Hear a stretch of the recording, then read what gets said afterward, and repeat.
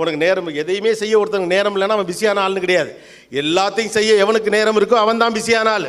அப்போ எல்லாத்தையும் செய்கிறதுக்கு உங்களுக்கு நேரம் இருக்கணும். அப்போ உங்கள் நேரம் உங்கள் கட்டுப்பாட்டுக்குள்ளே இருக்கணும். ஏன் நேரத்தை பற்றி இன்றைக்கி இவ்வளோ முக்கியமாக நான் சொல்கிறேன்னா, இல்லாட்டி உங்கள் நேரத்தை வேறு ஒருத்தர் எடுத்துகிட்டு போயிடுவான், வேறு ஒருத்தர் எடுத்துகிட்டு போகிறான்னா அவனுக்கு பிடிச்ச மாதிரி உங்களை யூஸ் பண்ணிடுவோம். அப்போ படிங்கன்னு சொல்கிறதுக்கான காரணம் அதுதான். எதை வேண்டுமானாலும் படிங்கள், பிடித்த எந்த விஷயத்தை வேண்டாலும் படிங்கள், என்னைக்காவது பயன்படும். எதை பற்றி டைட்டில் கொடுத்தாலும் கோபிநாத் பேசுகிறான் அப்படின்னு சில பேருக்கு ஆச்சரியமாக இருக்கலாம். அது ஒன்றும் இப்போ சேர்த்தது கிடையாது.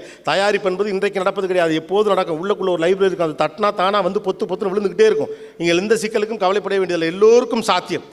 ஏதோ ரீல்ஸை பார்த்தோம், ஏதோ இன்ஸ்டாவில் போஸ்ட்டை பார்த்தோம், ஏதோ ட்விட்டரில் பார்த்தோம், ஏதோ வாட்ஸ்அப்பில் பார்த்தோன்னு தயவு செய்து உங்கள் நேரத்தை இன்னொருவிடம் கொடுத்து விடாதீர்கள். You may know that how much money that you have, but you never know that how much time that you have. ரைட்டா? உங்களிடம் எவ்வளவு பணம் இருக்கு வேணால் உங்களுக்கு தெரியலாம், ஆனால் உங்கள்கிட்ட எவ்வளவு நேரம் இருக்குன்னு உங்களுக்கு தெரியாது. உங்கள் நேரத்தை நீங்கள் எந்த அளவுக்கு பத்திரப்படுத்துகிறீர்களோ அந்த அளவுக்கு முக்கியமான ஆளாகத்தான் நீங்கள் இருக்க முடியும். அதனால் பெரும் பணக்காரர்களிடம், பெரிய தொழில் அதிபர்களிடம், மிகப்பெரிய அறிவாளிகளை கவனித்து பாருங்கள். அவங்க